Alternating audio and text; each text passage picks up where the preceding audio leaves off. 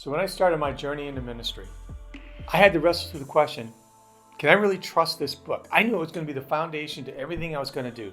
All my teaching and all of our leadership development, all of the ministry, how the way we're going to help people. I had to wrestle through the question, can I trust the Bible?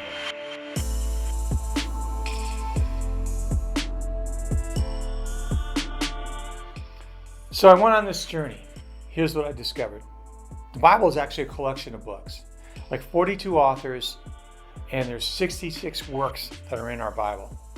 Those 42 authors represent a time span of thousands of years across a wide geographical swath.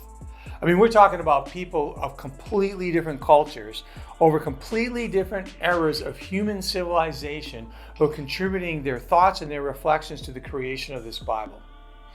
And what amazed me is the continuity of thought and of theology that developed over those thousands of years.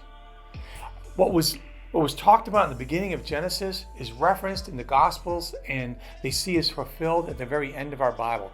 It's just beautiful tapestry of God's plan as it works itself out.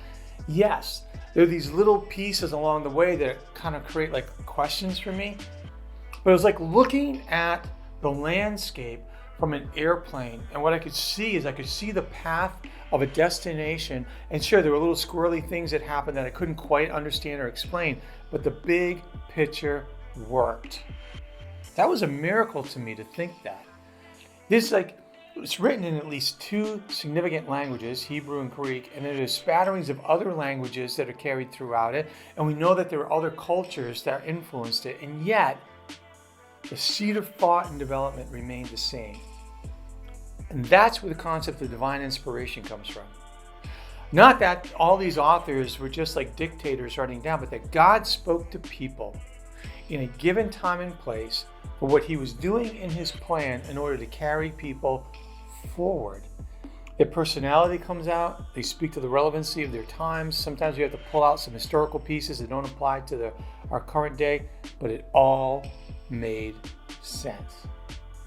And that caught my mind. That was important. Matter of fact, we learned something called biblical criticism. It's a whole scientific study about recreating the actual documents that the first church used.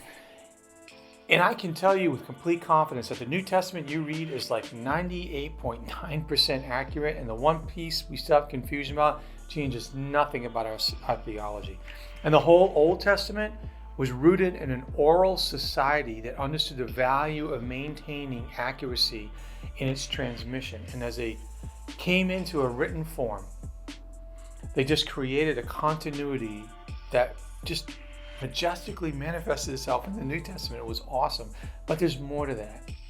J.B. Phillips was a man who wrote a translation of the New Testament off of the Greek into his world, and he wrote a book about that experience called The Ring of Truth. There's an experience we find when we engage into the Word.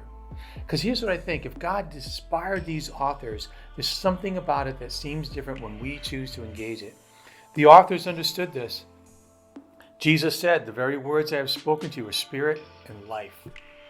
And then when the church began talking about the Old Testament, what we call the Old Testament, they said, there Moses received life-giving words to pass on to us.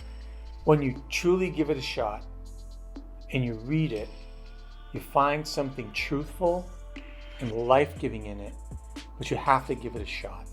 So look it. If this was helpful to you, like the video. Subscribe to the channel if you want some more. Maybe drop in the next social cue. But for this message, you really should be part of a faith community that helps you explore it, with people who understand it and can help you find its connection to your life, and in a place where God's Spirit is moving, where you can experience that life.